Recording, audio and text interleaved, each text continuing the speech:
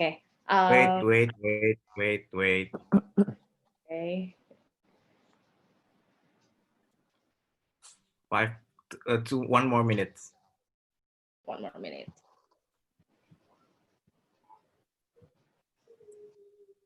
Okay. Not even. Okay. Okay.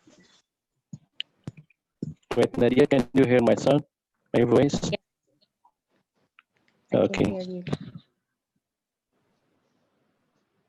Okay. Is it on? Okay. I think we'll start now. Hello, everyone, and we are now live on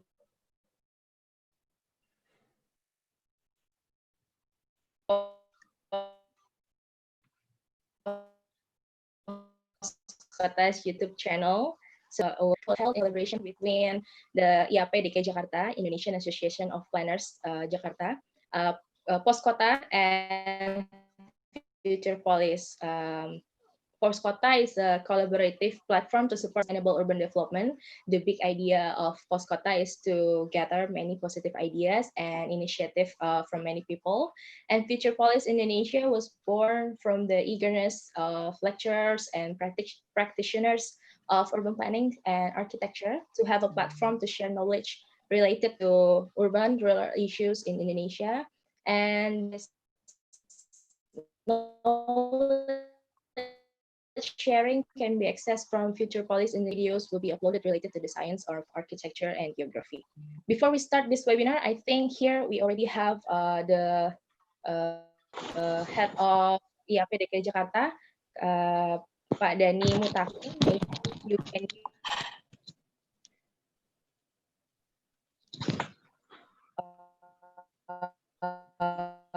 an opening speech. Okay, thank you, Nadia. My name is Dani Mutakin. I'm the chairman of IAP DKI Jakarta. Welcome to all the speakers. Thank you for your time and your kindness to join us with this discussion. Thank you, Jevon from Jakarta, Indonesia. Frank, Mr. Frank from China. Yeah, and I'm Miss Miss Tian from Vietnam, and also Mr. Kim from Korea. So IAP DKI Jakarta is a professional association for urban and regional planners and in Indonesia. And this is our routine agenda. We have discussion about 2 weeks, every 2 weeks, yeah. And we have about maybe 100 or 200 participants on this discussion, and we hope we can share our knowledge, our experiences, and our network after this event. So we can keep in touch. Also, we can maybe make collaboration between us and to enrich our knowledge and experience in our program in the next future. Maybe that's Nadia. Thank you. So have discussion and good luck. Thank you, Kang Denny, for the opening remarks. Now we can straightly start with our webinar. So I think firstly, I will introduce to all the participants here who watch us from the YouTube channel. I have your short introductory notes here.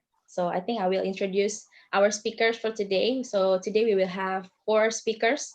The first one is Kim Song Bom. Is that right? I apologize in advance if I pronounce your name wrongly. That's perfect. Thank you. Okay, thank you. So Song Bom is currently going to Waseda University class of 2023, majoring in social science, and his focus tracks are econometrics or finance. He worked as an intern in a strategic consulting firm called Boston Consulting Group, BCG, and Bain and Company. And the second speaker is Tien. She is a third-year student of RMIT University, Vietnam. She is majoring in digital marketing. and she's now living in Ho Chi Minh City or Saigon. And the third speaker we have is Jeffon. He is an architect and property real estate practitioner who is now working in a waterfront development project in Semarang, Indonesia. He graduated from University of Tarumanegara class of 2020 with master degree in urban and real estate development, which previously also obtained his first Master of Arts in Architecture from University of Westminster in UK on 2017. And the last speaker we have is Frank Zoll. He is currently a doctoral candidate studying in Waseda University. He obtained his master degree in the Chinese University of Hong Kong as journalism. Also worked as internship editor in Asia Week magazine based in Hong Kong with several published news reports. He obtained his bachelor degree of film and media art and Asian study in Temple University located in the Philadelphia city of the United States.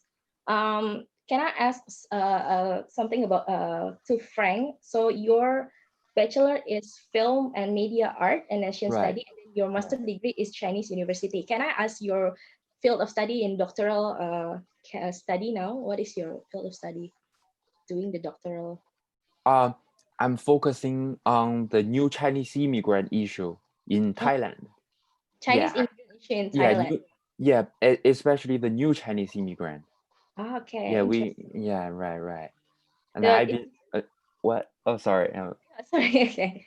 Because it's interesting. I see your bachelor degree is film and media art, and then your master is journalism. So I want to know your Right, it's a huge doctor. change, huge gap happened Yeah. between my bachelor degree and the master degree. Because while I was studying film, I learned so many politics, politics. Because every good film was made in a good political issues, I see. and I wanted to know more about like the political how the politics got involved with the film and the art. So I changed my major while I was studying the master degree, and I started learning journalism, the politics in Hong Kong, especially that Hong Kong is the center of the now the protest. 2014 umbrella movement happened, and now the protest is happening every day. So I learned a lot about politics in Hong Kong, and now I'm getting into the sociology in Waseda University. But still working on that. Yeah. Okay, interesting. Thank you. Yeah, no Okay, problem. so yeah, we will get into our topic today. So today's topic is millennials and pandemic. So basically, we want to discuss and talk about how millennials deal with the current situation right now, how it affects their lifestyle, how it affects your daily activities, and what is your view regarding the pandemic and the global situation right now. So I will alternately discuss and ask questions with each of you, the speakers. And before that, I think the participants here who is watching our live YouTube right now, I think they can get some sense about the current conditions of the pandemic in your city, in South Korea, in Vietnam, in Japan, and in Indonesia. So I think uh, we all know how it all started. We all know how the pandemic started. And then now several cities and countries have already urged to reactivate the city's activities. They started to open schools, started to open business, but we want to know how is exactly the current situation of the pandemic in your city. Maybe start from Bom, who is in South Korea right now, right? Yeah. Yeah, can you share some things about the current situation in South Korea right now?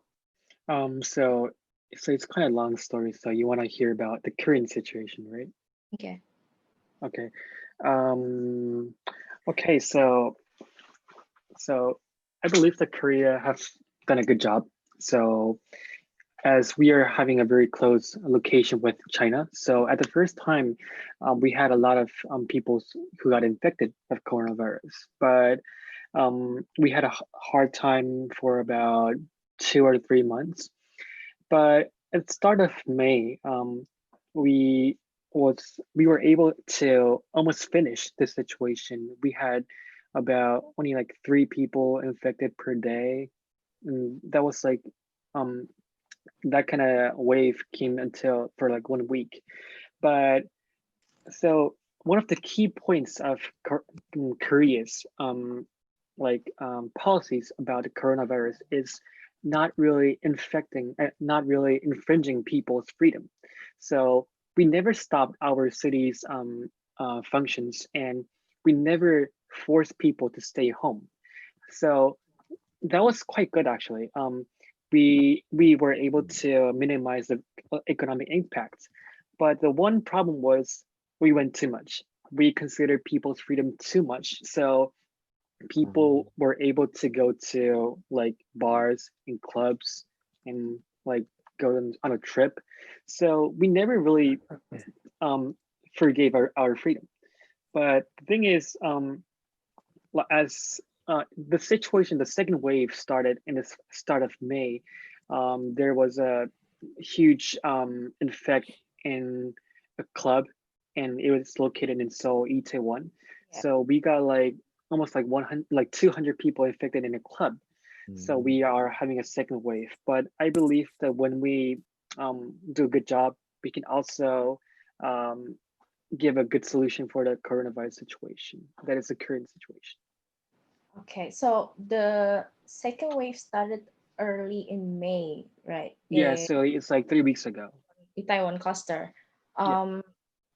So, and then I heard that the school also have opened several days ago, but it closed again now because there's also a second outbreak. Exactly. So now the schools is closed again.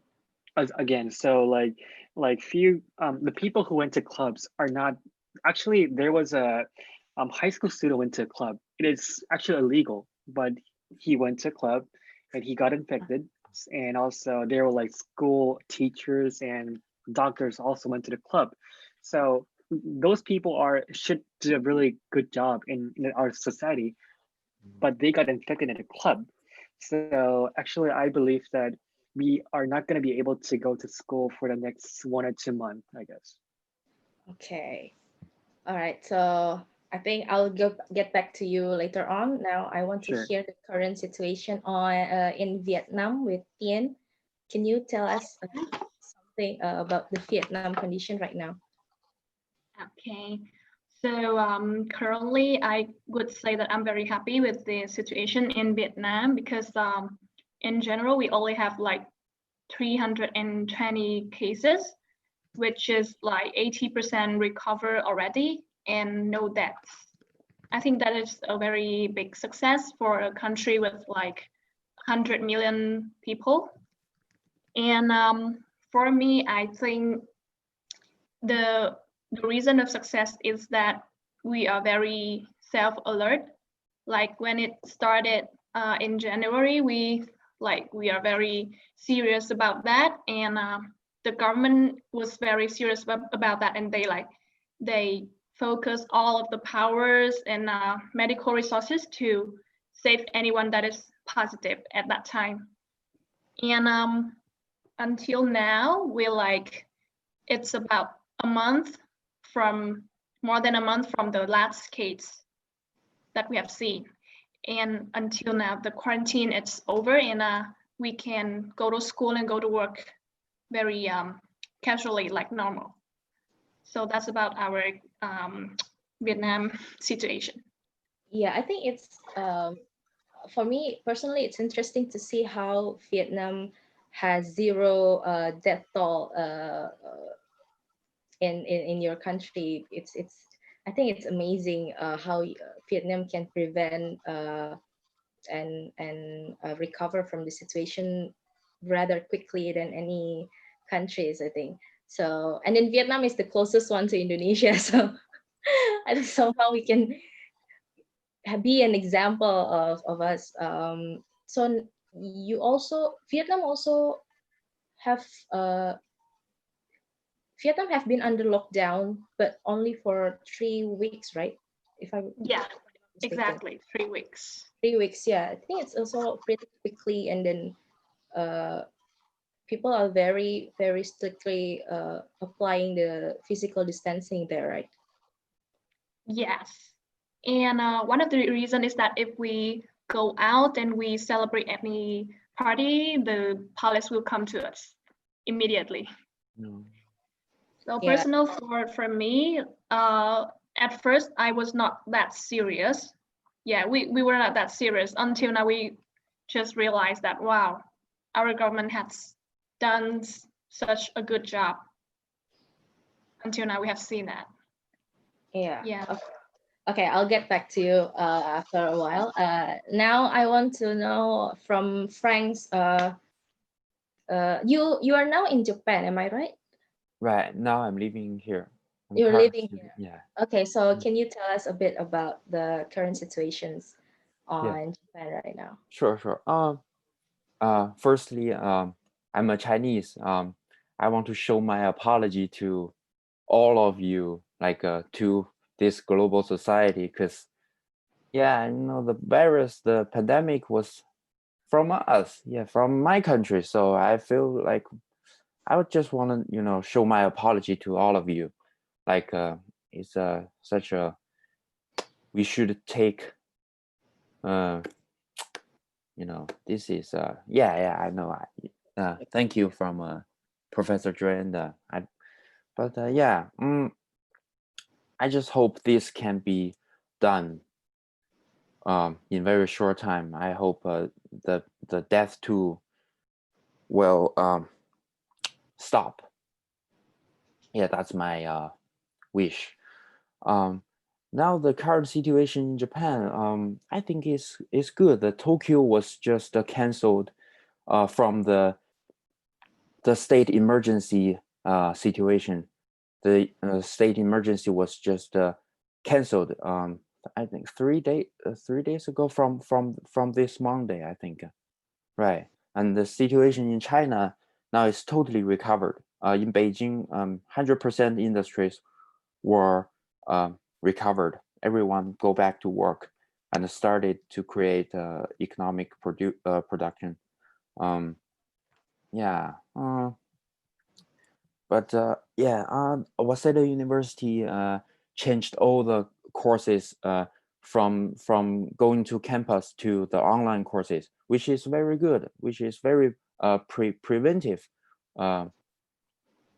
mechanism to every student. Yeah, I think everything is getting better now. Yeah, hope. Yeah. How long is the online course going on? From when to? I think from 1 month ago, the school started from June.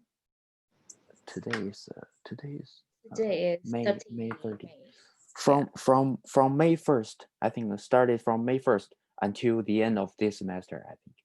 Until the end of the semester. Right, and the next semester we will go back to campus, and the Waseda campus is going to be opened since I think June 1st, right? Professor Joanda, do you know the exact date? I'm busy with the preparation of online classes. I don't even know Okay. the schedule anymore. Okay. Sorry. Okay, it's okay. Soon. I just got email from GSS office which said we will be reopened from June 1st, which is good. I can go back to library and continue my research. Already bored at home. Yeah, very boring here. Yeah. The Also, Japan, the Mhm. situation in Japan itself, I heard that they already lifted the nationwide emergency several days ago, right? Yeah, it's lifted. They canceled the state There has emergency. never been a lockdown in Japan, same like South Korea, right? Right. Never lockdown. The government provided the most freedom, just like what Kim said. So Yeah, business people as have usual. right. People can go out every time, anytime they want. It's different from China. China is like a lockdown. Every village, every small town, totally locked down, and economic production was stopped. Everything stopped. Everything stopped. Yeah. Okay. Yeah. I should. Yeah. Yeah, all right. I'll get back to you, Frank, in a while. Sure, Now, I want to ask Jeffon. Hi, Jeffon. You unmute now. Hi. Hi. Can you hear my So voice? yeah. So now you're in Jakarta, right? Yep. Okay. In So can Jakarta. okay. Maybe most of us already know, but can you tell us from your perspective, how is the current situation in Jakarta right now about the pandemic? Can I share screen with that? Because I've prepared presentations for that. Sure. You can. Yeah. Uh, Oh, he has prepared a Oh. presentation. I've Okay. nothing to do. I've nothing to do. Okay. So yeah. I'll I'll explain it through. So the first till the third week of the pandemic, right? The Jakarta is actually quite empty. If you can see in this number one of the picture, you see this central business district of Jakarta. Uh, it's in Sudirman, so like it's the most popular, place in Jakarta actually. A business, shopping mall. Most of the tourists are there, and it's empty. But during the second picture, as you can see here,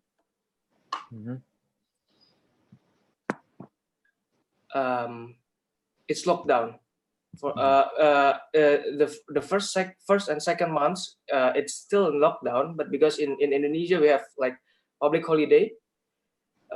It's the 8th Mubarak public holiday, so the lockdown is about to be loosened up by the government. I don't know why, and so there are people coming out to shopping and all the stuff, and that's why the corona is like getting higher and higher right now actually in Indonesia. But that's negative stuff. But the positive stuff is Jakarta lockdown made Jakarta itself become clear from pollutions, as you can see from the picture. The above and the below, it's very polluted when the pandemic is not there yet, and when the pandemic come, people are staying at home and they didn't do anything. They didn't drive motorcycles and cars, so yeah, you can enjoy the fresh air. So I think that's the current situations, Nadia. Okay. Okay. So I think I'll get back to Bomb because we already heard each of the current situation in each country right now. So I'll get back to Bomb. When you so you're a student in Waseda University, right? So when all of this when this pandemic started in early days, did you still in Japan or already in South Korea? Actually, I came back to Seoul at February, so it's quite in the middle. Like, yeah, I believe that I came back to Seoul at the start of this pandemic. Did you back to Seoul because of the pandemic or because of personal issues? I mean, personal reasons. Not really, just me and my family, actually. Just me and my family. And then Waseda has been in online course since that, right? So you haven't go back to Japan. Actually, I'm very worried about my apartment in Japan, and I couldn't really pay my electricity and my credit card. But thing is, I cannot go to Japan because Japan will not gonna let me in. Yeah. Like, I'm totally fine for like 2 weeks quarantine or something, but I cannot really go to Japan, so I cannot. Yep. So when you go back to Seoul and then you heard about the pandemic and all the things going on since then, how do you respond to that? I mean, what is your take on the situation? So you want to know about how I felt about the pandemic? Yeah. Yeah. So like my family is in Korea, Seoul, and I live in Tokyo. So I'm kind of person who needs to move a lot So I need to meet my family in Korea. Sometimes I need to work in Korea, but I live and go to school in Tokyo. So like people like me, we're gonna be affected a lot because I need to move a lot. So that was quite complicated. Yep. So how do you feel when the you said that South Korea in general didn't really never has been in lockdown, and you still going outside freely. How do you feel about that? Do you have concerns you might somehow get infected? I hope not, but do you have any concerns about that? So yeah, actually, when you think about it's quite complicated, but when you think about the history of Korea, like freedom is one of the most important things of the identity of Koreans. So we can never really take away freedom from our people. So I believe that was quite okay because we all think freedom is really important. But still, I believe that to seek bigger purposes, like for example, people's safety. I believe that like in under this kind of pandemic, we need to give up a bit, at least a bit of freedom, because Korea never take away like at least a bit of freedom. So even though inside a pandemic we were able to go to club, we were able to do a party, but still for a bigger purpose, I believe that there are there are some needs to take away people's freedom a bit, not a lot though. But in the early days, I mean, when it all started, did the citizen of Seoul or South Korea have this protest, like, because the case in Jakarta is that people want us to go in lockdown. People want the government to tell us not to go outside. Is it applied in South Korea as well, or because you said that you have to sacrifice your freedom a little bit for the safetyness of people? Is it the same in South Korea, or they just follow the government's rules? Actually, I want to talk about in 2 points. First, South Koreans will never gonna accept that kind of situation to give away freedom, because people in Korea like to do party and need to go to work, and we like drinking and clubbing. So people will never gonna accept the lockdown.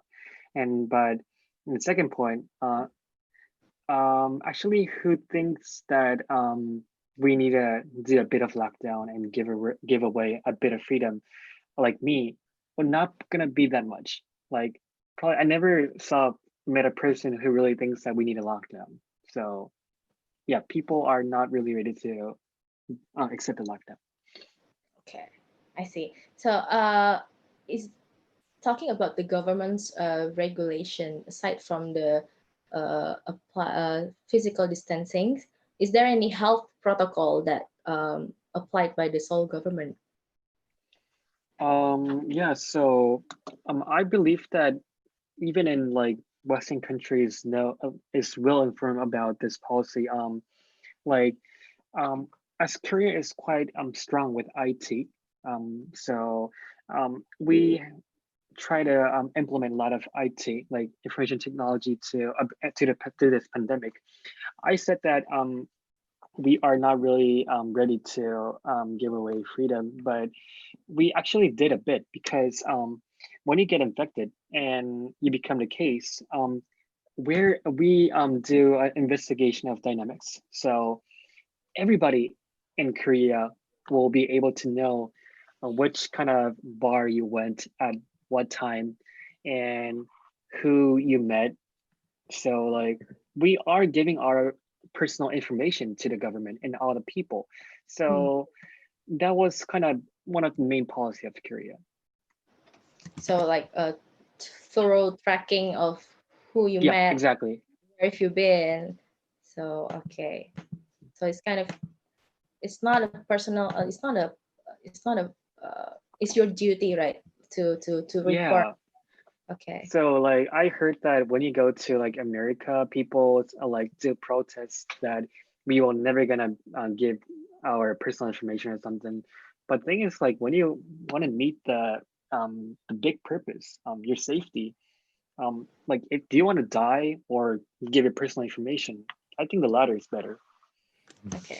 So, okay, the next question is, I think it applies to all of you, especially in Seoul, Vietnam, and Japan. Uh, how to prevent transmissions of the virus without a strict regulations? Because South Korea and Japan has never been in lockdown, and Vietnam has been in lockdown only for 3 weeks. So, what do you think? What is it that made your city successfully prevent transmission of the virus? How do you think that is? Maybe Um, now. Okay, um, go. okay, sorry, I'll make it short. Like I have a very clear answer. It is the people's mindset.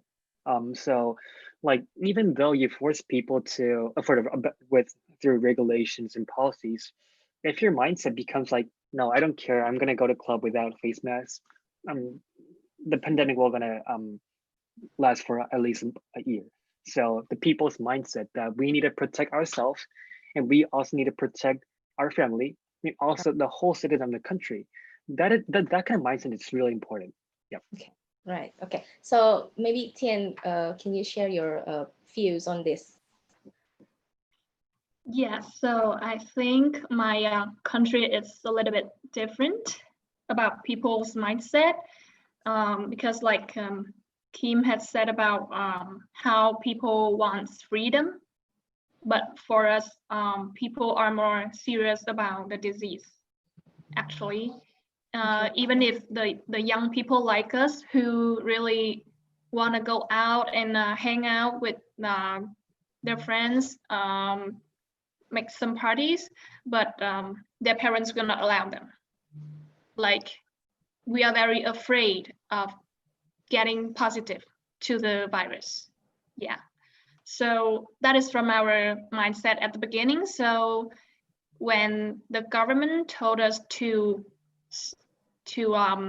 start the social distance, we did it very well because like we just wait for that to happen. The social distance, we just think that it is an obvious thing to do. Yeah. So I think that is also why we was successful on this. Okay, so it's kind of the same, like having mindset to prevent yourself from getting positive, right? So how about Frank? How do you think is it in Japan? Because Japan is a place where people, there's also crowded place, Right. right?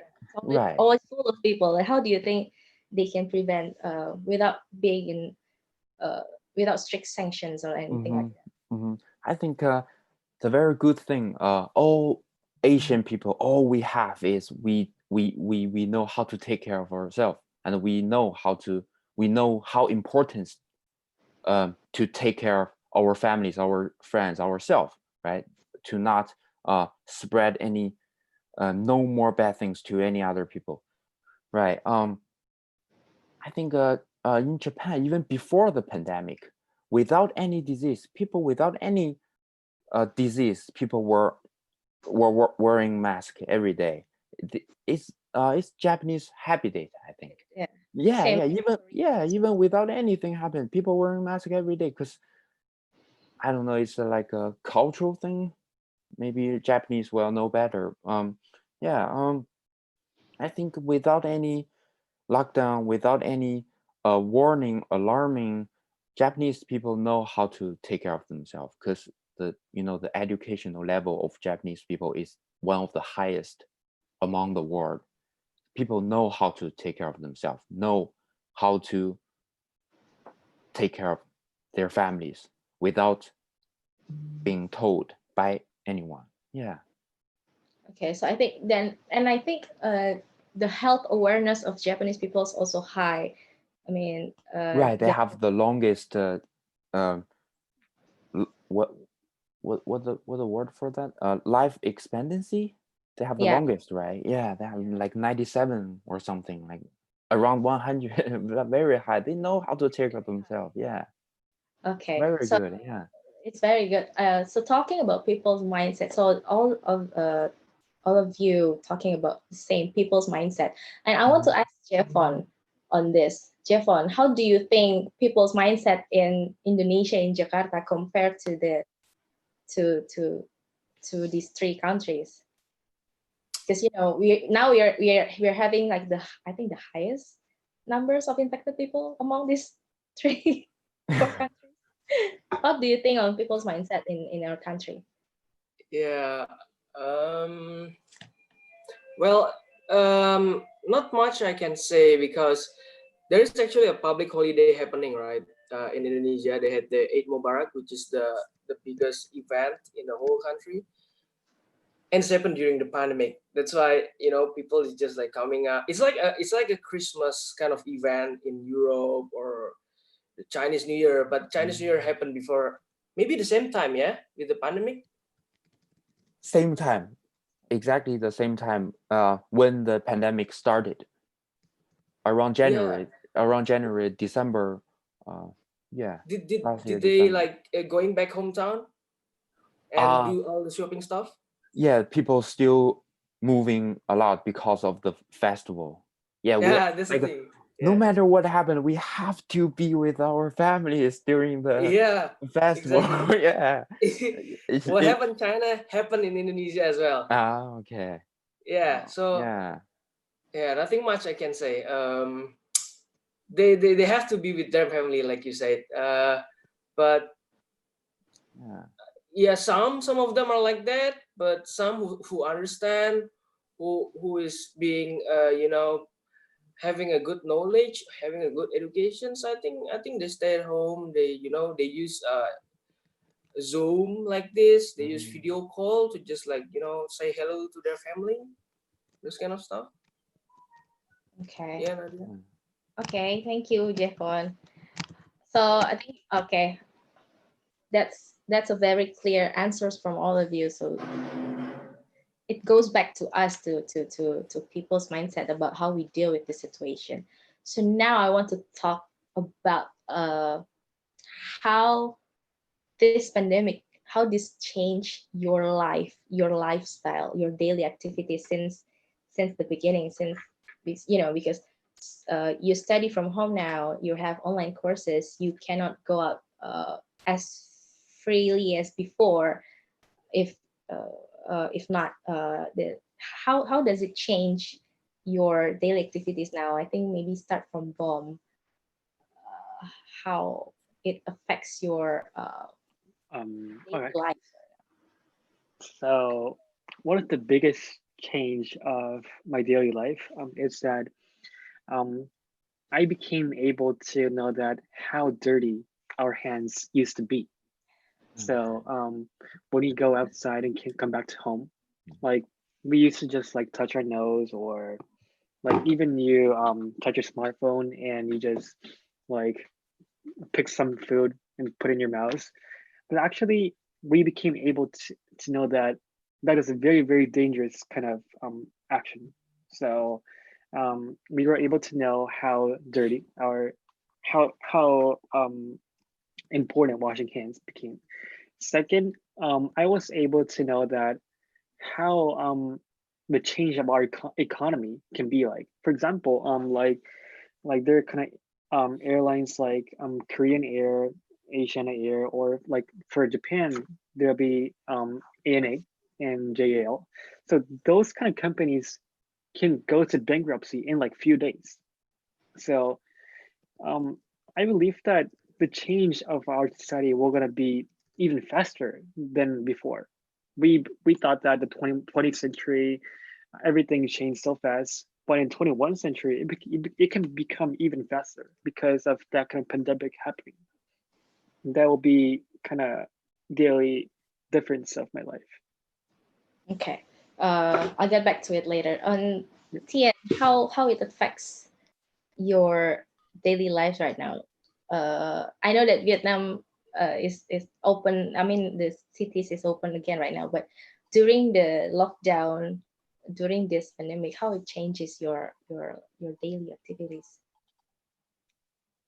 Yeah, so I realized that like when I have free time, I don't know what to do because normally I will like get to my friends hanging out, but then I realized that wow, at home when I have free time, I don't know what to do because normally I just went on the internet, yeah, watch some films and surfing all the social media.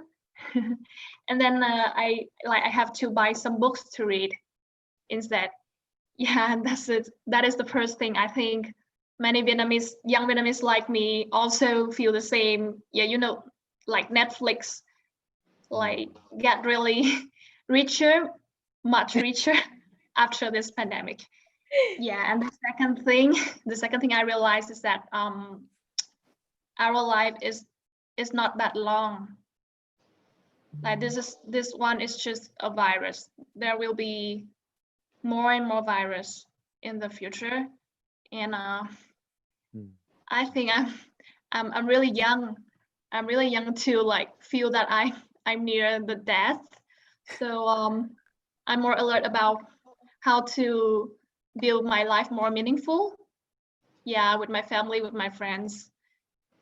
So during this, Yeah, I don't know if you guys feel the same with me. I think it's quite the same. But do you develop like do you discover some things that you like during this time? I mean, I heard that some people, millennials, I think millennials is used to be outside a lot. They met friends a lot. They go outside a lot. And during this time when they spend time at home, I heard that some of my friends have like discovered their interest in something else or like discovered a habit they don't usually have time to discover. Do you experience something like that? Yeah, in Vietnam, we discover a new habit of cooking. Okay. Actually, yeah, like we spend a lot of time to cook and then post it on our social media, or we make the nice drinks. Yeah, there is a kitchen Facebook group. Yeah, it's like we love kitchen group, and it went from 500,000 members to more than 1 million members. Only that group. Yeah. And now we find that like cooking is very interesting. We just normally don't have time for it. Yeah, but now you have a lot of time to Yeah. and To make. like cook and to decorate things. And that is very enjoyable too. But I'm not sure that we can get back to that habit when we have to go to work and go to study again. Do you think it will not last after the normal activities have started in the future? Yeah. Because normally we are too lazy to spend our time on cooking, you know. Okay, thank you, Tien. I'll go to Frank for a while now. Frank, so how it changes your daily activities? Nothing very big change. But I spent much more money in buying beers actually. But Yeah, do you still go I'm a outside? huge big beer lover, and Oh, okay. I right. And before the pandemic, I drank like 1 can or 2 can uh per day. Now I can drink 3 cans or 4 cans per day, and now I taste beer more delicious than before because I'm still concentrating an article about Chinese beer history. Oh, And after I finish this article, I will send this article to one of my friend. He knows publication in Britain, and we will jointly working on a book and to publish in that publication called World Beer Culture. okay. Right. And So now, yeah. and now, so you, so during this time you spend a lot of time at home, but do you feel more productive because you get to like write a book and publish some news? Yeah, I feel more productive, more creative than before. Cause I don't need to spend uh any time on other things. I just concentrate my research, study my thesis, my article and other articles. Yeah, I Oh, can really concentrate it now. Yeah, just staying home. but do you still go outside for, I don't know, maybe go to Yeah, I went to supermarket for market? buying food, basic daily needs. Yeah, But just also, simple do you stuff. still meet your friends outside your apartments because there's no restriction on that? No restriction on that. I just went out for buying basic daily needs, but I haven't met my friend for a long while. Yeah, I met my one of my Japanese friend. We ate some very nice Korean food. But yeah, after that time, we stopped meeting. Yeah. Okay, but Yeah. I think that's great. I mean, you're staying at home, that makes you more productive because you can get to write some things. Yeah, yeah. Very Okay. nice. Very time. Yeah. Jeffon, how about you, Jeffon? Do you feel more productive at home, Jeffon? A little bit. Okay, let me share a bit of presentations. Is it sharing right now? Yeah, I Yeah. think he has a presentation for each of my questions. Okay, Jeffon, go on. I have nothing to do at home, that's why I prepared. Anyway, yeah, before the pandemic, I used to just like working, at office and then go to home, sleep, woke up in the morning, and repeat. But then because of this pandemic, we did work from home. So in the morning, actually, I can do some exercise. I play tennis. If you see here, I played tennis in my neighborhood. It's so fun. I've never done playing tennis for like maybe 10 years, and then I started again when the pandemic comes. So actually, it changed my life a bit. Become healthier, and then like Tian said, cooking. I did cooking, self cooking mostly. uh, I become more, aware how hard to cook. Usually, I just like buy things from online, kind of food, and then or restaurant kind of food, and usually I see it like for granted. Now I became like more appreciate of things, while we do our stuff. If it's good, then if the cooking is good, then we're like, oh my god, we can actually do that as well.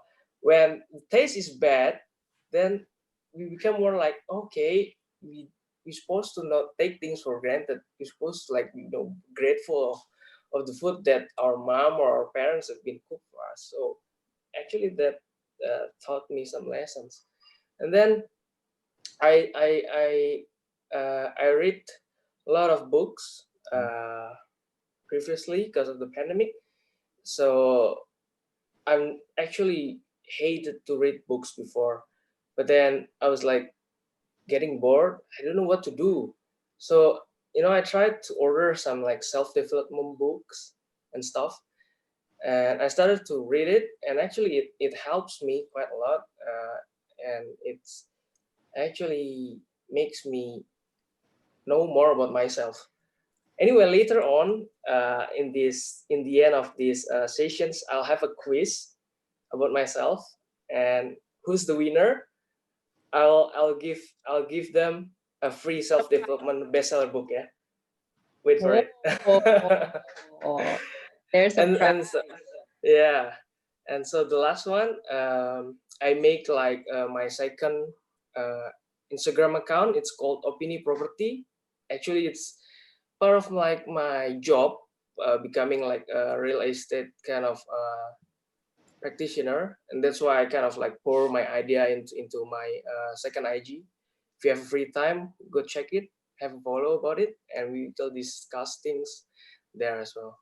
Yeah, I think that's the most for dominant stuff, that changed my lifestyle in pandemic, Nadia. Yeah. Okay. So I think we can all agree that somehow it changes. We are more became we are more aware of health protocols like wash your hands more often, using the hand sanitizers, and then we discovers that we can do more cooking at home, and then more exercise, and then more productive as Frank has been writing more books.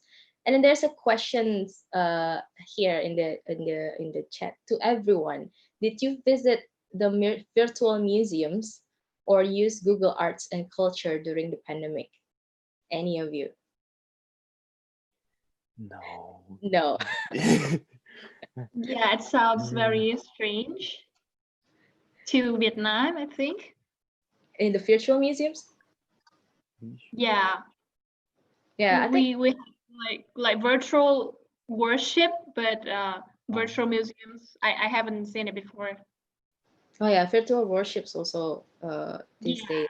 like Yeah, I think like it's necessary. virtual worship, you know. Yeah, it's necessary because you have to, right? Yeah. Yeah, I also saw like I've been sent some links about the virtual museums, but I never visited one because I don't know, just never. So It's like VR thing. You have to wear the VR and then see like no, I think it's more like 360 degree thing. 360, yeah, Ah, okay, 360 okay. camera. Yeah. And then how I think it's for everyone. How do you have a lot of time at home, and you still have to study from home, you still have to work from home, but beside of that, how do you spend your leisure time? Do you still go as I asked Frank before, do you still go outside? Maybe it's for Tien and Bomb. Do you still go outside? Do you still have time to meet your friends while applying physical distancing, or you totally just staying at home? As I said before, I just finished my internship, Mm. and I used to work like 17 hours per day Oh, and in an office. But before that, and like even yesterday, yes, I was able to meet my friends outside, and we had dinner actually. So yeah, that's nice. So you still have social interactions, like directly meet your friends. yeah, I do. Yep. Yeah, but you said that you travel a lot before, right? You used to move around a lot. Now you're not able to be on a flight to go long distance. How do you feel about it? Actually, I was planning to go to my military service this year fall Okay. and around September. The military So service is still on during this yeah, pandemic? yeah. Okay. So actually, to Korean men, Mm. like we all think that before we go to military, we are young, but when you come back from military, we need to get our job and we need to study. So we become like super old. But so actually, to Korean men, like visiting Europe or like other countries before going to military service is quite important. And even though didn't really have a lot of time in Japan studying and meeting friends in Japan, um, I worked really hard. I studied until like 3 a.m. and woke up at 6 a.m. and went to work. And after that, I went to school. And after school, I was teaching Korean to Japanese students to get money and to go to Europe before military. But my whole plan just became nothing. Okay. So yeah, your whole plan is, I think a lot of people's plan, Yeah. yeah, because of this pandemic, Mm. everything was canceled. Everything was not Everything. Yep. like we're imagined in the early year when we are so excited. Oh, it's 2020. We have a lot of plans, and then Yeah, and actually, I bought a surprise. I bought a flight ticket.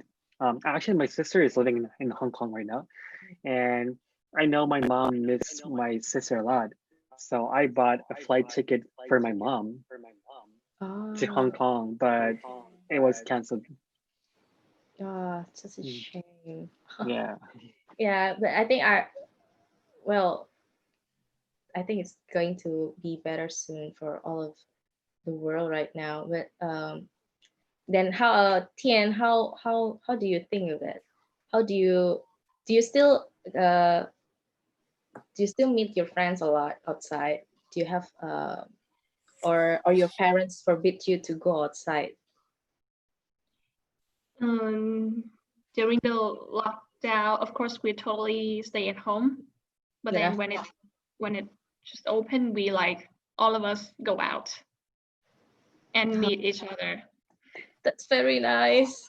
Yeah, like it's very easy for us to go out and hang out together. But since then, there's no like the second wave cases like South Korea have right now, right? In Vietnam, the number is still lowering. Yeah, Case. actually there is, yeah, but just because it's far from my city, like it's in the north and my city is in the south.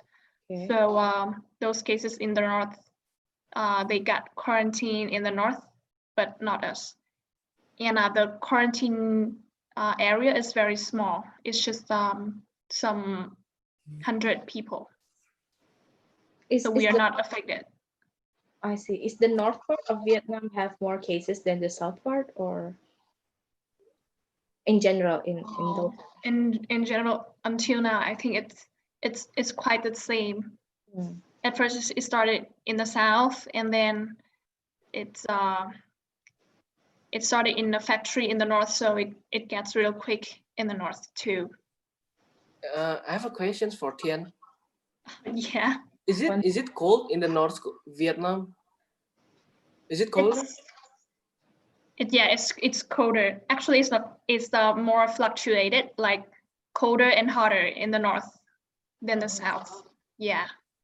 And now is the season of cold or hot? Now it's summer. It's very hot. Oh. Yeah. Yeah, I heard the virus is not. It's hard to spread when it's hot, right? Yeah, it's hard to spread when it's hot, but you know, after some months, the virus it's becomes stronger. I think it becomes stronger, but it's also a luck for us to like have hot weather, so it's not spread that much. I see. Cool. Yeah. Interesting. Why, Devon? Why did you ask that? I just want to know, curious. Working on something. No. Okay, and then additional question to Tien. Is there any economical damage due to the pandemic for Vietnam as a country? Yes, I think the biggest economic consequence is tourism and hospitality, because we earn quite a lot from that area, that economic area. Yeah. And yeah, we totally close all the tourism and hospitality gates. So like, for example, there's that tourism company that lost about 80% or 90% of their revenues compared to last year. That is an example. Oh. Yeah, you know, yeah, Vietnam, it's most famous for tourism, as I know. Yeah. And then you also have a lot of visitors from China as well, right? Yes, a lot. So mostly in travel and tourism is affected a lot. But yes. Yeah. Okay, I see. Okay, so I'll move on to Frank right now. I'm trying to alternate between the speakers. So So Frank, I want to ask about Mhm. what happened in Beijing, like Mhm. because you're from China, right? I mean, Right, right. maybe you have some insight about this. What happened after the pandemic slightly eased in China? I mean, Mhm. the social activities, the economy in China right now. The uh the GDP now is turning to the lowest point since the China was born, since 1949. No, sorry, not 1949. It's like 1989. Like the lowest growing economic growing rate was reaching the lowest point of China. And during the two sessions was the most important conference inside of the Chinese Communist Party. They have two sessions every year and discuss the most important things during these couple weeks. And our prime minister didn't announce the economic growing rate this year because it was too low because of the pandemic. We Chinese, we gotta save our face.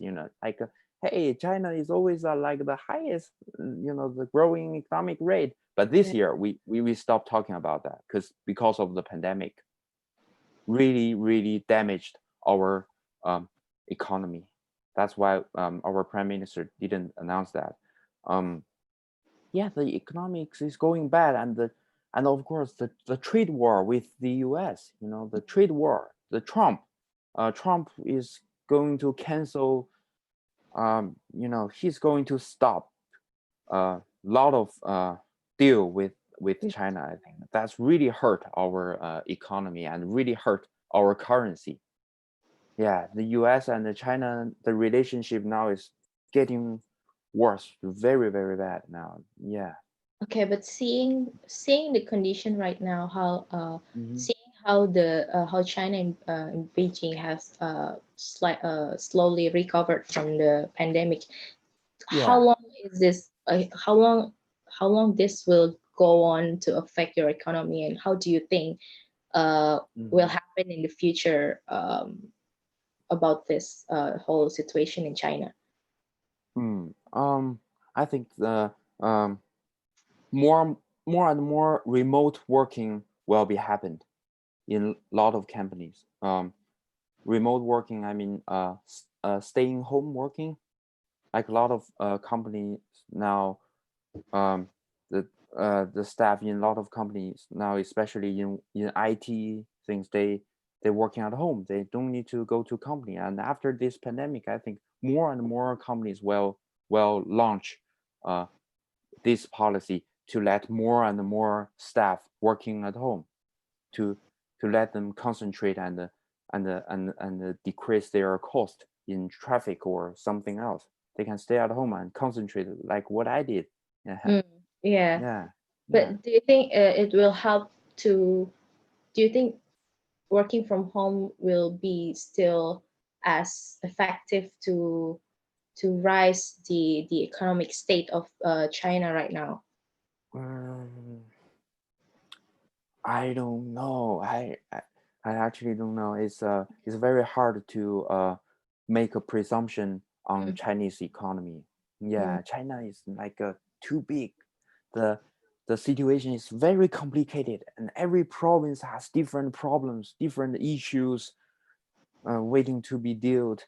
Yeah, yeah, it's very hard for me to give this prediction. Right. I, I think the economy of China will keep going down because the now I think Southeast Asia, like Vietnam, Indonesia, Thailand will be the hottest point to grow up economy, I think.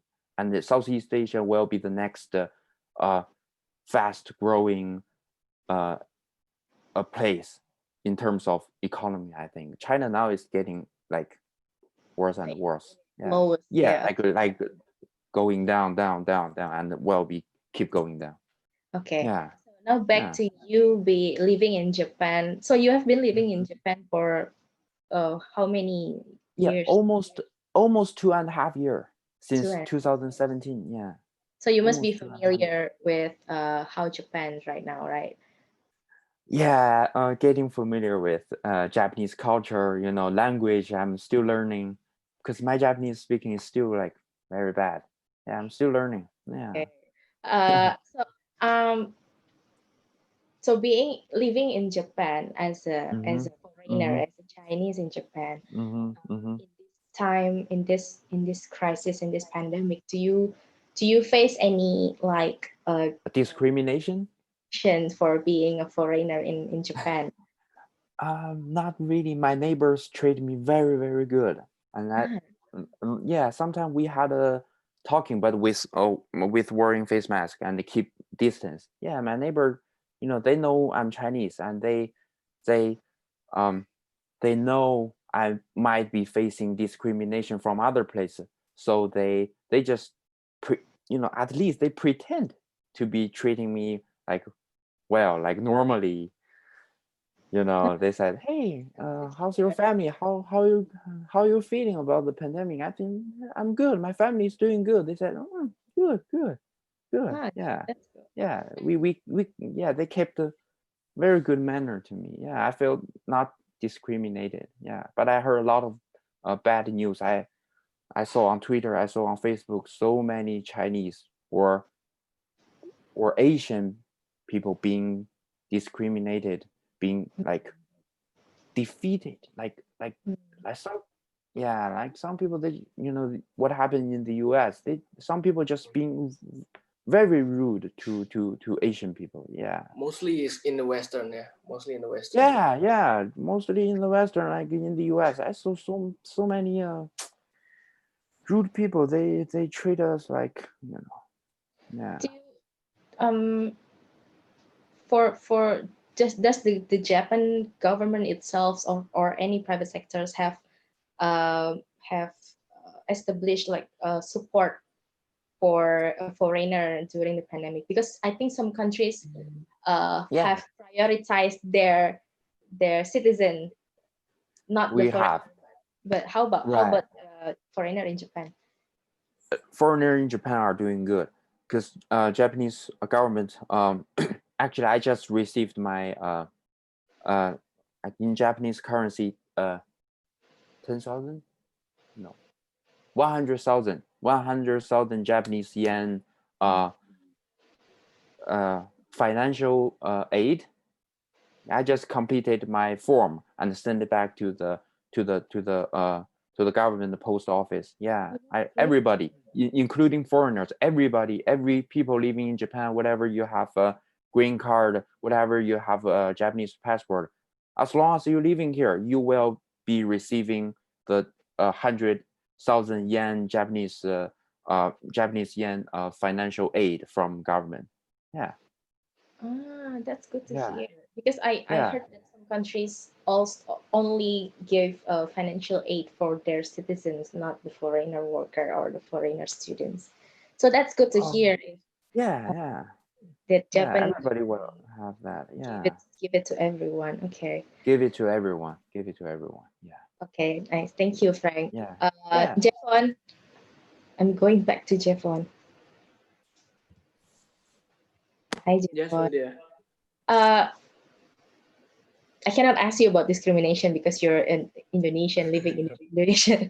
So, do you think the what do you think about the government support or any private sector support they have been doing during this pandemic? What kind of support do you need exactly from the government or the university or the private sectors or from your workplace that Well, you have yeah. received? For now, I didn't feel I've received anything though. But I read this news. Yeah, it's quite interesting. I'm gonna share it right now. Is it Yeah, it's shareable? yeah. Yeah, it's on the screen. Yeah. So I read these things about the employment card program from the government. It's for the millennials actually, and it's quite interesting though. So they actually, this card function as a training program that is funded by the government. 18 years and over who is not attending school or college currently. So actually, after I read about the news, the government trying to train those millennials to have more skills. So when they are jobless, actually they can like apply more jobs into that. And when they are jobless, the government gonna like give them some incentives, like a 3 million and a half. It's about 350 $100, yeah, Nadia, about that much, yeah. Yeah. Yeah. That much, yeah. So yeah, I mean, yeah, it's happened until like 3 or 4 waves of this employment card program, but I don't know if it's working or not. But I think this is the most important and unique things that I think it's very useful to the millennials. The others, well, I heard that they give some, foods like rice or some noodles to some, villagers or people who are jobless. But in my neighborhood, actually, the government gave some of the, food stuff as well, like rice and those kind of stuff. But it's being received by the people who work in my neighborhood. I mean, for the securities, and then for the what is it called? The people who take the garbage and stuff. What is it called? I forgot the words. Yeah, I mean, they give it for the people who is not having a savings on the bank, so they need it like, at that moment to eat and kind of stuff. The government is quite helpful. They want to help those people. But personally, for me, I didn't really like, feel to receive much stuff from them. But for millennials, I think this kind of employment card program is very, very, very good program. Yeah. Yeah, I think that's an idea that. Okay. I But tell you. can you add? Okay, so this is the employment card. Can you? Program. This is one of the what do we call the regulations that the that our government gave. But how do you feel about you live?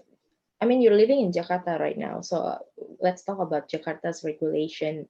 On the during the pandemic, do you think the regulations is effective to prevent the spread of the virus, or what do you think of that? The regulations to prevent the spreading of the virus. The lockdown. We're still in lockdown right now. Yeah, we're still in lockdown now. Not really think, lockdown. Yeah. I think the regulations is just fine. I mean, what is the word? Yeah, I think they're not strict enough, from my perspective. People is just like going out, and then I saw on the street they just like come in a group and chatting, maskers, smoking and stuff. The regulations is just fine. It's just the mindset of the people in here. But I think we have to learn from India. In India, the police are actually, if you see a video, they're like beating the people who was going out to the town, right? Right, I saw that. Yeah. I think I think Indonesia needs to learn from India. I think they need to, get the police out there and beat up, the youngsters or whoever is on the street, just like chatting and goes around without maskers. I think the regulation is just regulations. It's just about the strictness of it. So you think the regulations is fine, but the people's mindset about it still, I think it's still Yeah. low, right? Because we're already. Sorry to interrupt. So, in regards to Javan's question, I would like to hear from Tian. I think like she mentioned about this in the previous explanation, how the police also, like take control on the people, right? Yeah. Yeah, Tian. I think like she mentioned about like the contribution of the police to create such a conducive atmosphere, like You punishing mean the the people when they go out. yeah. To what Uh, extent? like- Is it different from the India? So at the time of social distancing, the law is that if you saw two people in a you saw two people outside, then you can call the police to like get them. Are you asking me about that problem about the police? Yeah. No, I mean, like, what kind of measurement do they take? Because, like, in Indonesia, we also face this kind of problem. Like, people they don't follow the, like, procedures. So I just want to know how actually the police try to discipline the people. Yeah. So that's what they did, but they were missed some cases too. Like there was a bar, a very famous bar in my city that was still open when they have the rule to lock all the bars and karaoke's down, but that bar was still open, and there were like 30 people went to that bar, and they were all have to come to the experiment because there was one of them like was positive.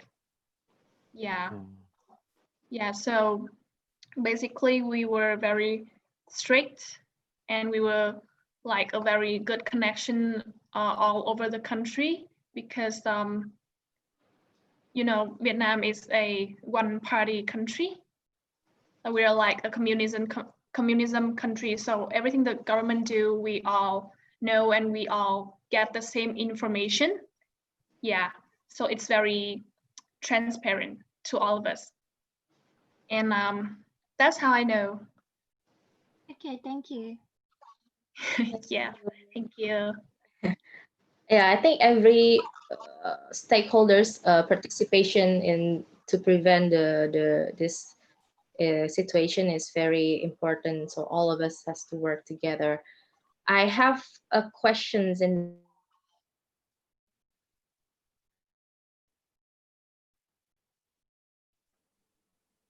I think it sees off. Oh, I think her internet is off. right. Yeah. Mariana, are you hearing? Yes, where's Nadia? Yeah, I think her internet is Nadia? corrupted or something. Yes, I guess so. Anyway, to wait for her, do you guys want to play a quiz or something? Quiz. Okay, sure. Yeah, sure. Yeah. All right. Are you guys on the PC? Yeah, I'm using my laptop. Yeah, using your laptop. All right. Oh, she's back. Hey, it's still in mute. So we're gonna play it later, yeah, maybe, yeah. Yeah, I'm sorry, my internet is very bad during this. We are just about to play a game, though. Okay. Can I finish my question first? Okay. Okay, sorry. So what I was going to ask to you, what is the most expensive cost you find during this pandemic? What is the most biggest cost you spend during this pandemic? Maybe from Tien, because you talk about cooking. Well, the most expensive cost. I don't think that I have to spend more during that time. I think I spend less because I did not go out. Yeah, so I cannot think of it. I think it's clothes that I bought online because during that time we went shopping online more. Yeah, same as me. Yeah. Online shopping has You been, yeah, me too. Okay, so online shopping. How about Bom? What is the most expensive you have? I can just show you actually. Oh, No, Wow. sweet. I bought Oh, this. that's a nice investment actually. Nintendo, Yeah, this is Nintendo. this is the Everyone, I biggest think one actually. there's a lot of people there's a lot of people and there's a lot of millennials I think have bought the Nintendo Yeah. during this pandemic. I heard somewhere, I think it's been sold out in several countries now. In Korea, exactly. And Animal Like, Crossing is the game, right? yeah, and like when I show off my Nintendo in a cafe or something, people be like, "Oh, that guy got a Nintendo or something," because nobody can get Nintendo because it all sold out. I become like Yeah, a god here. Uh, uh, uh, that's a nice investment actually. Okay, how about you, Frank? um, I didn't have a Nintendo Switch. My highest cost will be my rental fee. Yeah, yeah, my rental fee. You know, the rental fee here in Tokyo is really How much? high. Yeah, How much is it? like a 50,000 Japanese yen, a Japanese currency in Japanese currency, like 50,000 yen per month. 15. 50. 50. 5 with 440 Japanese yen. Yeah, it's a high. Is it included the electricity and internet also, or separated? Separated. So Yeah. you So have yeah, 10,000 for electricity, water, and 50,000 for only for the rental fee. Right, it's very expensive here. Yeah, that's my highest cost. and the internet must have gone up because you stayed 60,000. at home for a while. Right. My electricity is going higher. It's just rising up, you know. Yeah. Okay. And I've spent much more on alcohol than before. Yeah. Okay. Yeah. Jeff, Beer. what is your highest expenditure during the I just pandemic? thinking, maybe,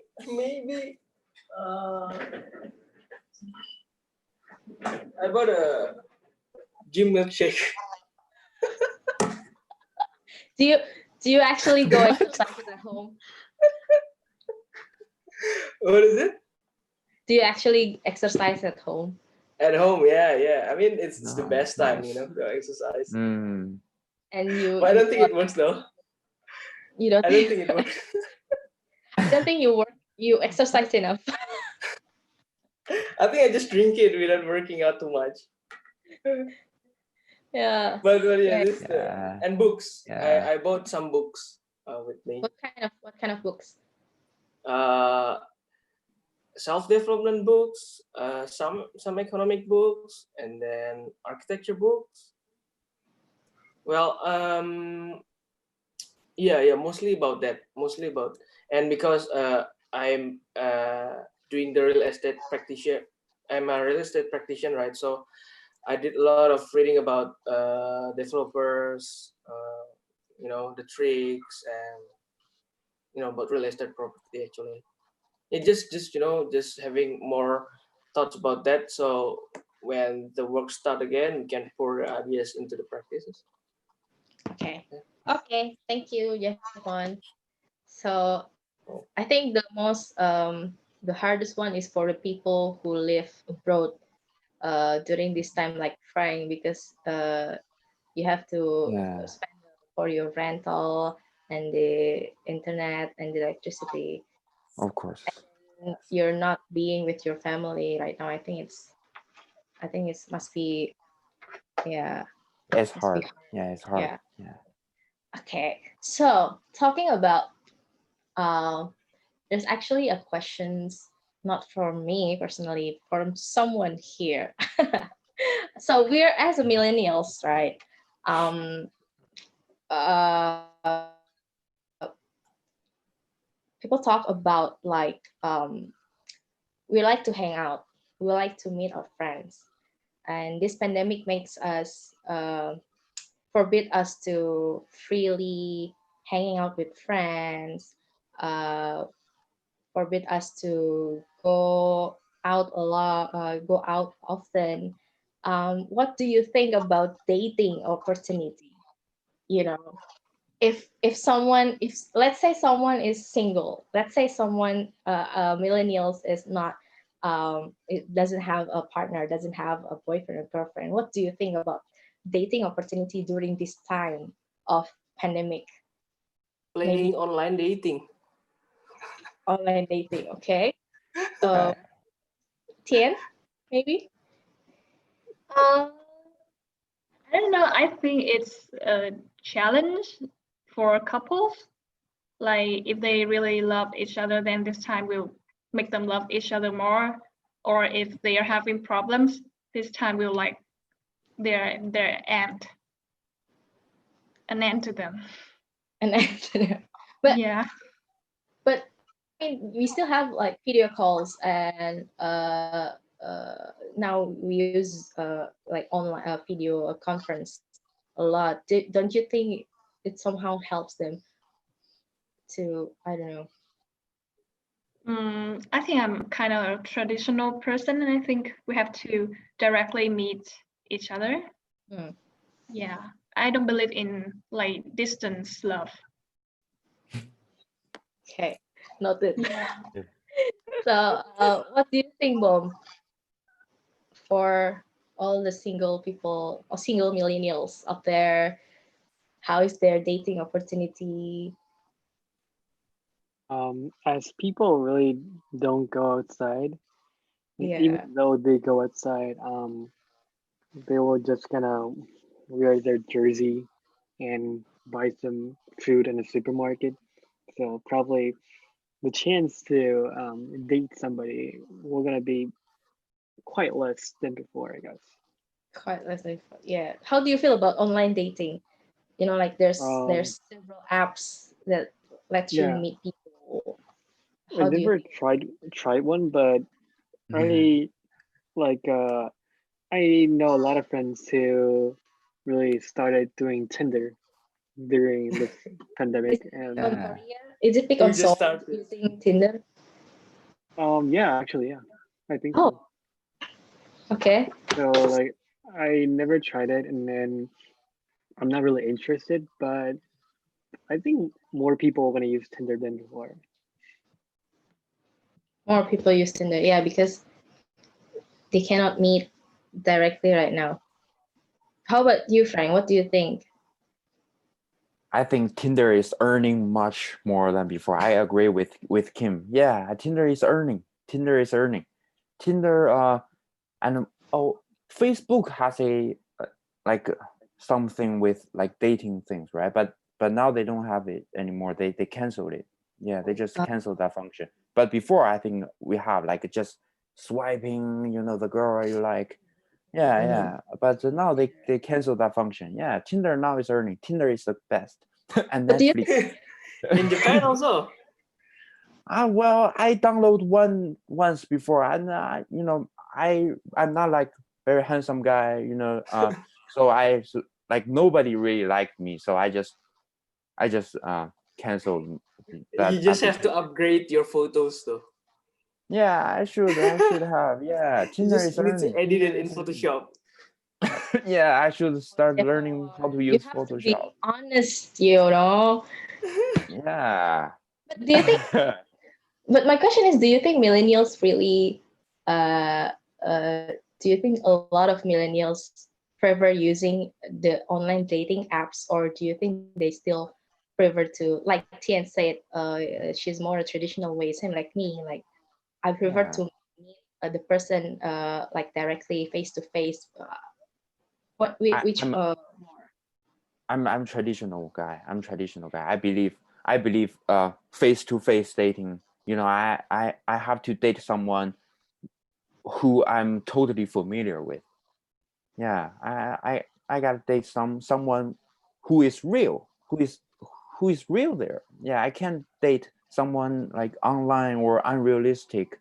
Yeah, just by seeing face. Oh, like she's beautiful, she's gorgeous, and I decided to marry her. I can't do that. I have to like face to face, and we make communication like we change our I think ideas. in opinion, stuff like Tinder, right, is just like, you know, pre-dating. I think it's called pre-dating though, because Oh, once you get like each other, right, and then you get along with each other, and then right, usually like we meet up each other, and then you know, those Tinder is the first stage. There's second stage, third stage, fourth stage until marriage. Because like nowadays, I have like a lot of friends actually. They met on Tinder. They met on Tinder, and they get to decide actually they want to like get along together or not. They can choose. And you know, because nowadays when we finish our uni time, right, we don't really meet someone anymore. I mean, like the the the people that we know is just stuck. You know, it's just that we know 100 people from uni, and when we finish uni, we go to work. We only know 100 people. But once you play Tinder, right, you can like meet people from like across your town, or maybe they have radius on it. You even Yeah, right, can. I think I think it's quite interesting. I think Tinder helps. I don't use Tinder, but I think Tinder helps people to broaden their Mhm. network. Yeah, And it's one right, stop not as well. really, I right, think not really for dating, just to meet more people, to create right, new friends. right. I think so. I can conclude that. So since I realized that Frank is PhD in dating, so You should try. I can conclude that uh, the opportunity for millennials for dating is lessened because of the pandemic, because we cannot uh, meet people in person, right? Okay, that's the questions about dating. So next questions. Do you have any concerns? Oh, it's been 1.5 hours already. Yeah. We're getting What near enough? the end now. So I think let's try Move to on. conclude. Like, do you find your work or your field of study that you're doing right now is relevant or useful or somehow helps you to go through the pandemic right now? Maybe Bomb first. What do you think? Yeah, I think so. Yeah, because as I said before, I'm majoring in social science, and we really do research about what kind of social problems are occurring and how that happened and how to solve it. So I think it is quite related. And even though I'm in social science, my focus track is econometrics and finance, and I work as a consultant. Actually, when I used to work as an intern, like almost like 40% of the business was about the bankruptcy of the firm. So it's a quite a sad thing, but still, like the process of bankruptcy is also very, very complicated. So it is quite related, I guess. Yeah. So you can still use somehow uh, relate your work and your study to the situation right now. Yeah, I definitely think so. Yeah. Okay. How about you, Tien? Do you think your study is related somehow relevant? I'm still thinking. My major is digital marketing, and for this situation, I have seen the effect of communication. Like during the pandemic, it's very important, and like you guys can see, there are many fake news, so many fake news that are spread out a lot. Yeah, and I saw that communication in this time is very important, especially when we are all like at home and look at the television, look at the internet.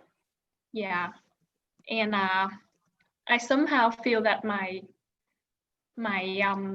what I'm learning now, it's important, and I can be more serious about my learning. That's cool. I think you can somehow also came up with maybe how we can communicate in the future while doing physical distancing. Yes. Yeah, I'm trying to like online meeting. This is, you know, all like video call. It's something that is very hard for me. Yeah, I'm really hard of like online connection. Mm, I really want to directly meet people. Yeah, right, I'm kind of right. that kind of person. Okay. How about you, Frank? Yeah, because my major was sociology and something somehow related with journalism, and I was doing journalist before in Hong Kong, and I agree with the idea which Tian just said.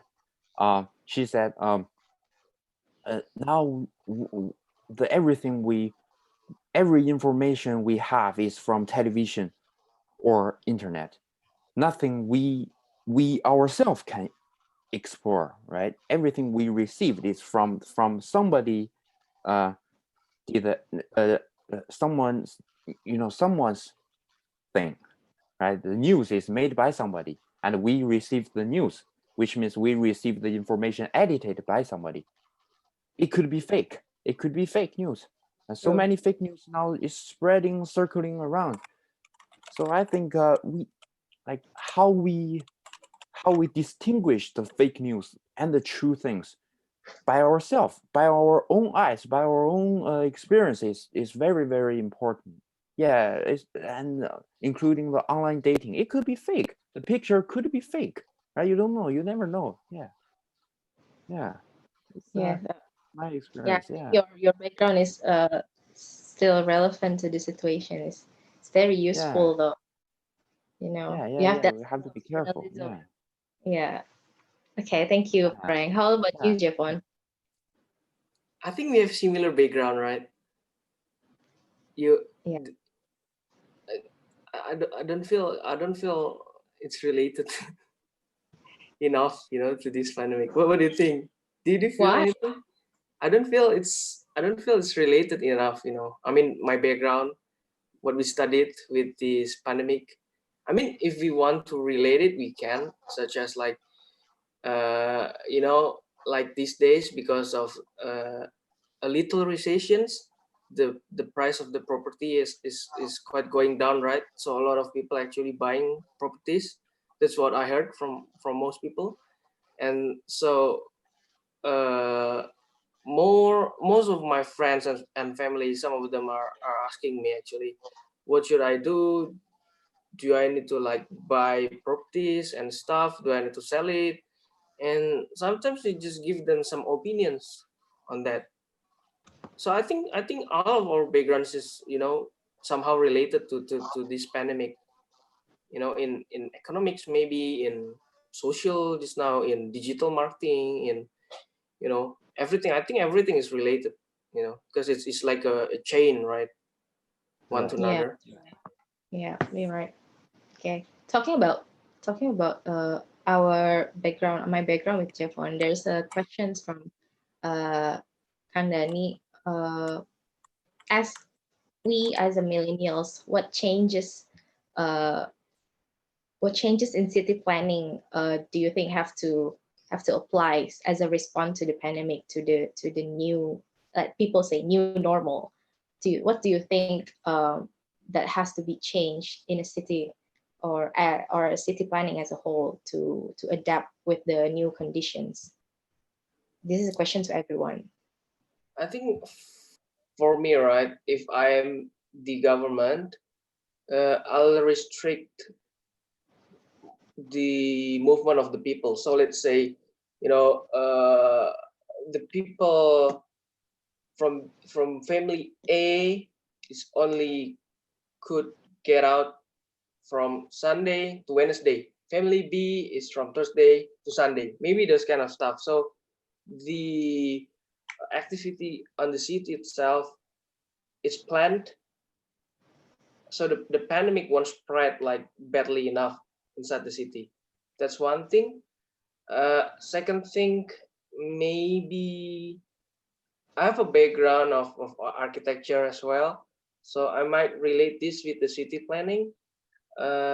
Maybe this is more into like minor stuff, like let's say in the office, they should have like more cubicles, to have our personal stuff. So when you're working, actually, you're actually protected by other people. So if someone's sneezing or someone, I don't know, trying to spread the virus, you're not really actually getting to it. So you're protected by it. So I think the best way in city planning terms is try to like restrict the movement of the people, yeah, in each town, in each city. I think that's how it's done. That's one point to put. Yeah, that's cool. Yeah, yeah. Thank you, Jeffon. And what other opinion about this, or how the city planning have to adapt to to face the new normal, like people said? Do you think there's yes, Yeah. Frank? Oh, Tien, sorry. Yeah, actually, it's me. I think I think for me, it's the important thing is to prepare, like for the city planning.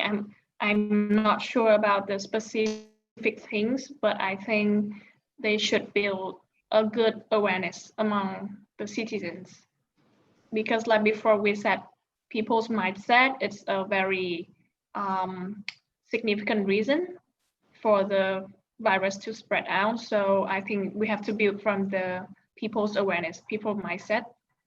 Yeah, and how can they make people believe the government, and we are always ready to like fight against any virus that come up to us. I think that would be a good plan for any virus to come to us. Early prevention as well, right? Yeah. Thank you, Tien. Does Frank or Bom wants to add anything on this? Can I say something? Yes.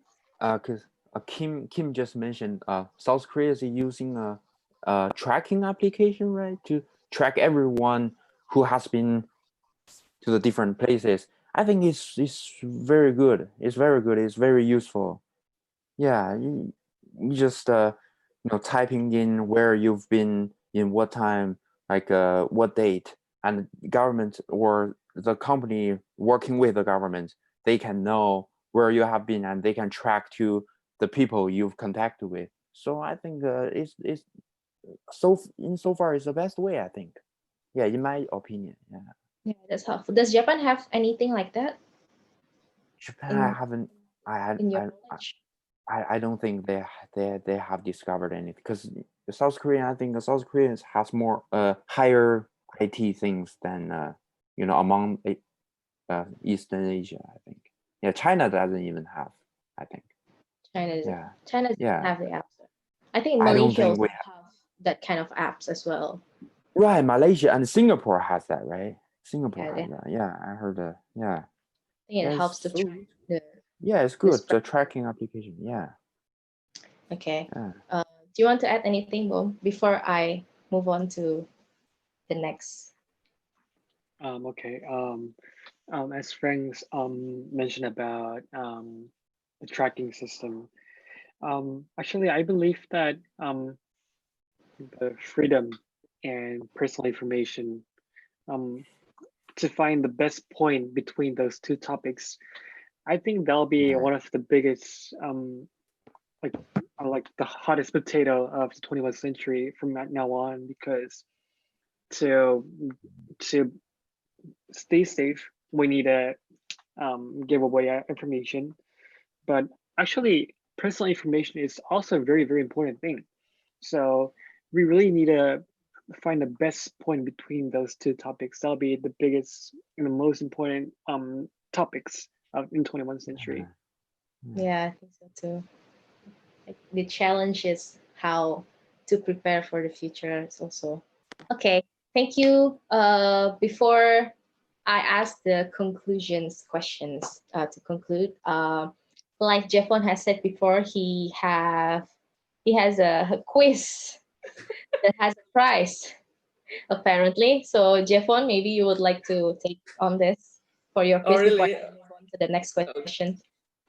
Okay. So you guys are on the PC right now? Yeah. Yeah. On the PC, yeah. So okay, I'll do some share screen. Can I join too? Yeah, all of you. So you guys in here in the Zoom should join. Everyone in YouTube should be joined as well. Okay, everyone on YouTube. Anyone in YouTube, please join. Okay, Jeffon, I will do some share screen. Wait for a while.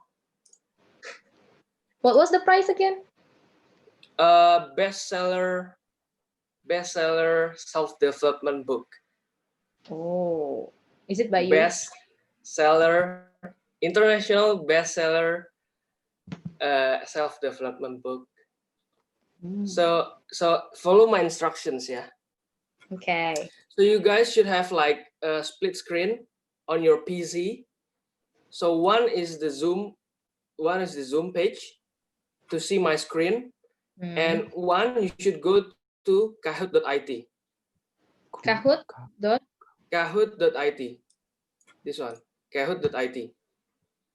Okay. So you go to the kahoot.it first from the web browser. It should be like this. Kahoot.it. Okay. Okay.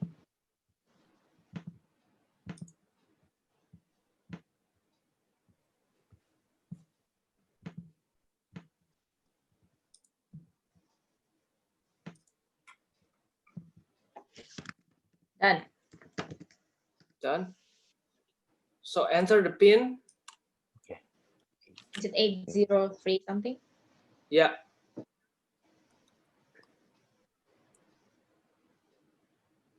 Kahoot.it and then enter the pin. Nickname. Okay.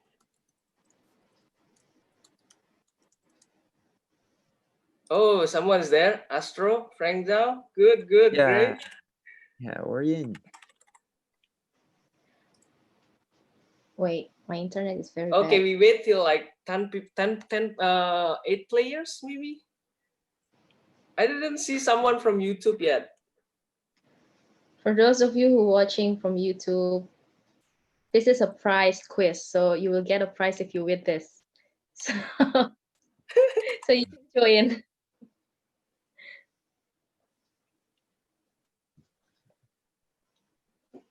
How many people are watching right now? 11 watching. For 7.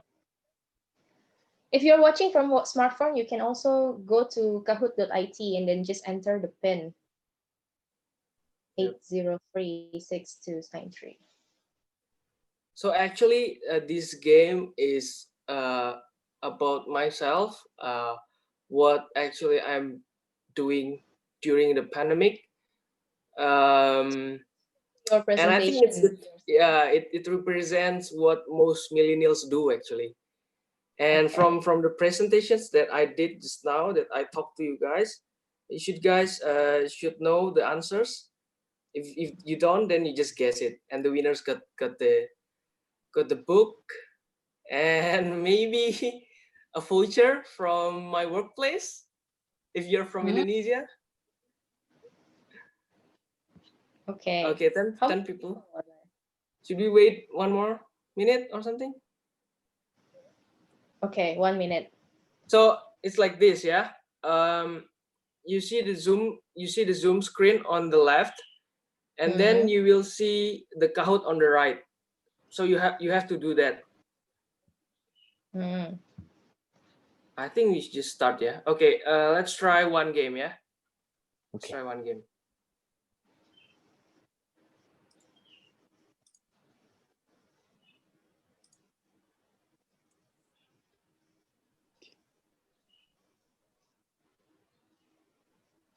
See, there's a Question 1. questions. Yeah.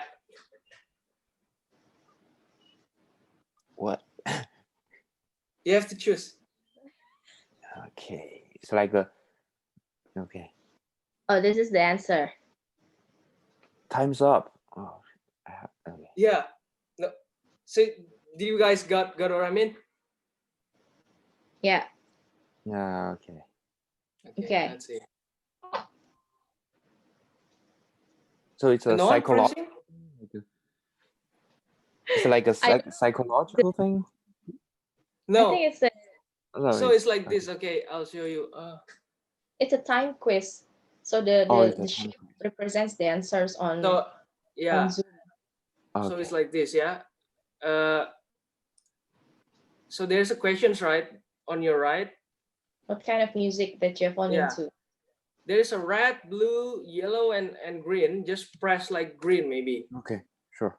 Just press anything. See, great. Everyone is doing great. Everyone's doing great. It says incorrect. Oh, gland. Okay. Okay, Okay. next one. So you guys got it right? You guys got it right? Okay. Great. Stefan, I think you better to close your Okay. right window because the question is very small.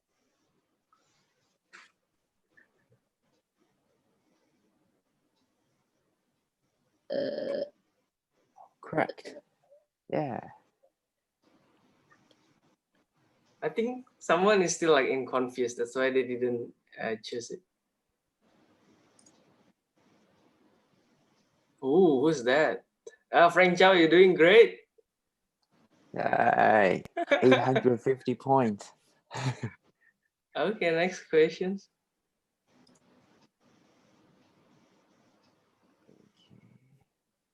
I think you guys know this, right?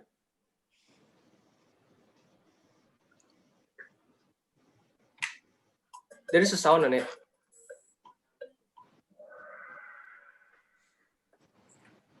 Oh, 1, 3, 5, 10. 10 people is choosing. Oh.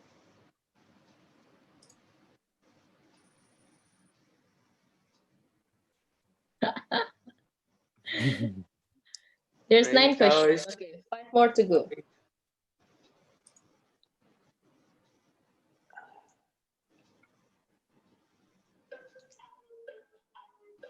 Looking at the moon. Of course, finding girlfriend. Finding girlfriend on online dating apps. No, Come on, yeah. reading books. I'm not that pervert.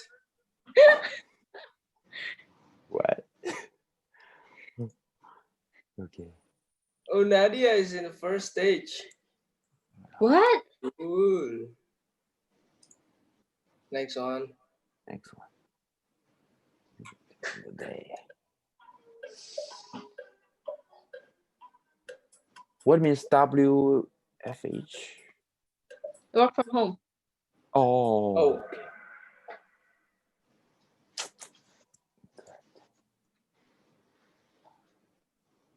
Huh? No one is right.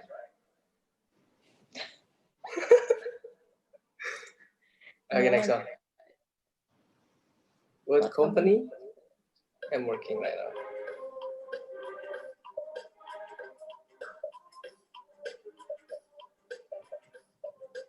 Oh, cool. I think most of my friends know this.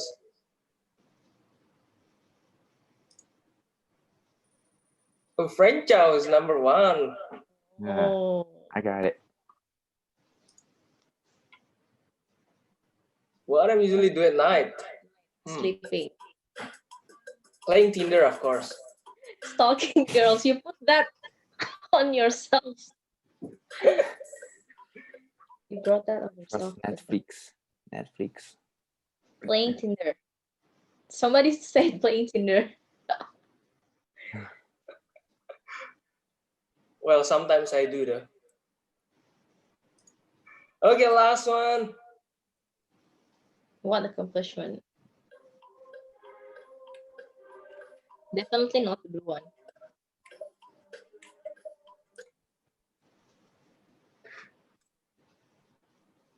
Oh. The right question is to know myself more. Getting a new girlfriend, huh? Nice one. So, who's the winner? Oh, Sung from Oh. third place from Korea. Hey, Who's this guy, Titi? I think it's from YouTube. It's Frank. TT is me. Oh, Hey, congratulations. I am congratulations. TT. Congratulations. Hey, yeah. Beda tipis. Congratulations. Yeah, winner takes all. Okay. Prize for the second and third place, Javon. Sorry. Is there a prize for the second and third place as well? I'll think about it. I need to know who is this TITI. I think it's Terry. It's Oh, me. it's It's me. It's me. Tian. Oh, it's Tian. Yeah. Oh, wow. Your So the winner is Al from here. Okay. Cool. I know you kind of well. Great, great. Okay, I'll send you a book. Yeah, it's an ebook, electronic book. Okay. I don't know if you read about this. It's called Ikagai, the way of Japanese to be happy. No. Oh, haven't heard about that. Okay, I think Javon can contact the Yeah. winner after Yeah. this Anyway, yeah. and talk about the how you managed to get the book to Frank. Okay. Because Yeah. our time is near the end right now. We have only Yep. 10 minutes to go. And so I think I will sum up with the last questions. And I think there is someone in YouTube also asked similarly to this question. So the question from YouTube is I am a baby boomer with 3 millennials kids. So what's the most worrisome thing do you feel now? Is it about job or getting partner or health? I think getting a partner, we already discussed about the dating issue, but the to summarize is, I think what is similar to this question. What is the biggest challenge, or what worry you most facing the conditions after the pandemic? In your opinion, I think you can go one by one, starting from Bomb. I think. What do you think? What is the biggest challenge, or what is worry you the most? To me, going to school is quite a very big part of my life. I really like meeting friends in school and also communicating with my friends and learn something in school. It is a very, very important thing of my life. But the biggest like kind of like the thing that hurts me a lot is like there's no guarantee that I can go to school even in next semester. So that'll be the biggest one for me. Okay, so thank you, Bomb. Tian, what about you? I think the biggest worry for me after pandemic it's more about earn a living. Earn a living. Okay. It's about job because I know health is important, but if you have a good job, then you can be more prepared to your health. I see. Yeah. It's related, and I think in some countries also they've been struggling about the economic conditions. So some of the workplace or jobs have been like not really good right now. Yes. Okay. How about you, Frank?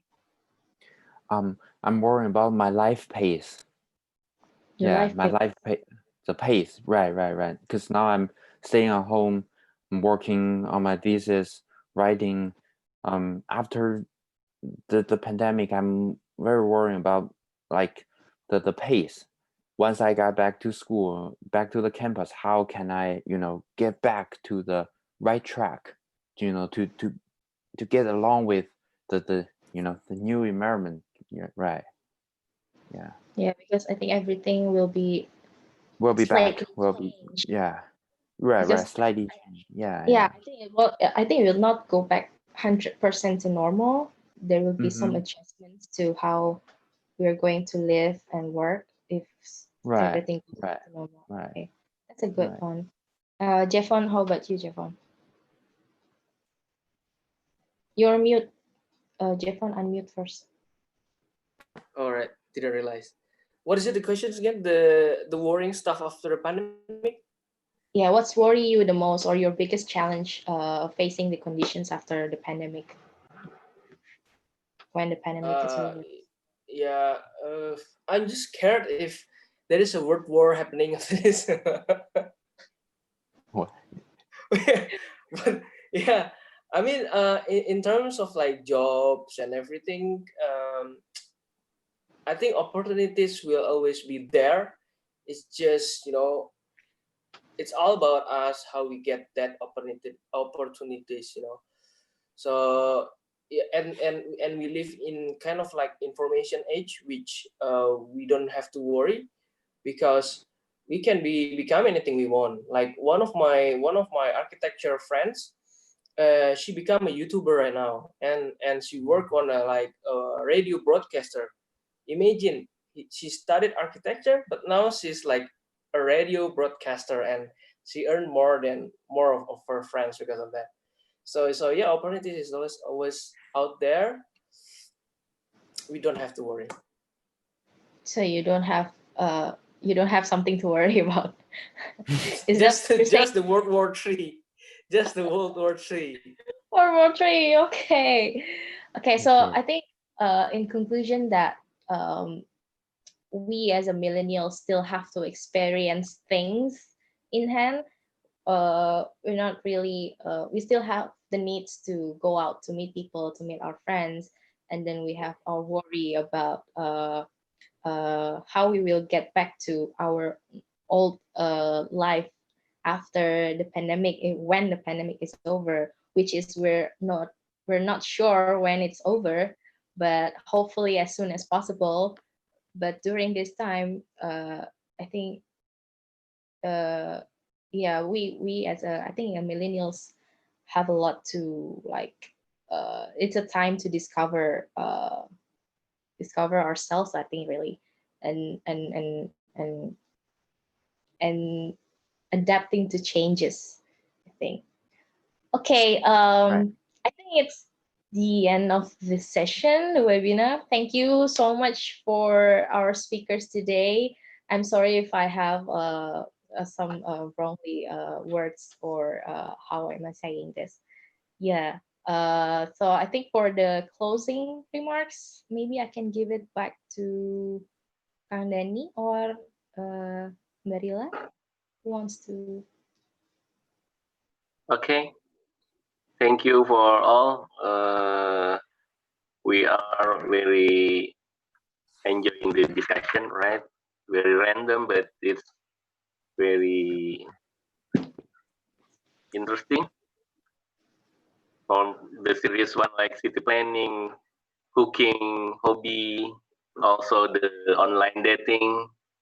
I think that's our activities right now through this pandemic, and we hope this is can start normal as soon as possible. We hope, and I think we can be more productive, more energetic, and keep healthy and strong and positive. And Mrs. Dorianda, maybe you want to say something? Oh yeah, Mrs. Dorianda is my classmate at ITB. I think about 15 years back. Go. Please. Well, don't tell them I'm that old. But you still be friends. Well, Like a millennial. not really. Yeah, I think today, yeah, I would like to thank our speakers for their participations in this online discussion. And I think today, we have listened to such a fruitful discussion. And the stories that we listened today did remind us about the uncertainty that we are going to face, right, in the near future. So it's very close. Like the pandemic index has changed the way we live and the way we interact with the people, and at the same time, change the way cities treat us, including these young people who will actually inherit our cities. But yeah, regardless of how super our cities will be in the future, like in Korea, you talk about this AI, big data, and some other technologies to resolve many issues. But I would like to remind that we must not forget how our city should provide places, communities, and opportunities where uh, we as the urban people can find happiness, right, on our everyday life, and not to depend too much on such excessive external situations to be happy. So I think it's also part, of our responsibilities as the older generation to, pass this wisdom to the younger generation, how to be happy with and without the technology and artificial things. But at the same time, we also need to understand that they grow in a different situation. So we have to accommodate them to grow and to provide such nurturing environment so that they can be creative, receptive, and innovative. So I think that's all from me. So let me just close this session with my highest appreciation to our young speakers. Okay, it's been a pleasure being with all of you today. Thank you. Thank you. You. Thanks.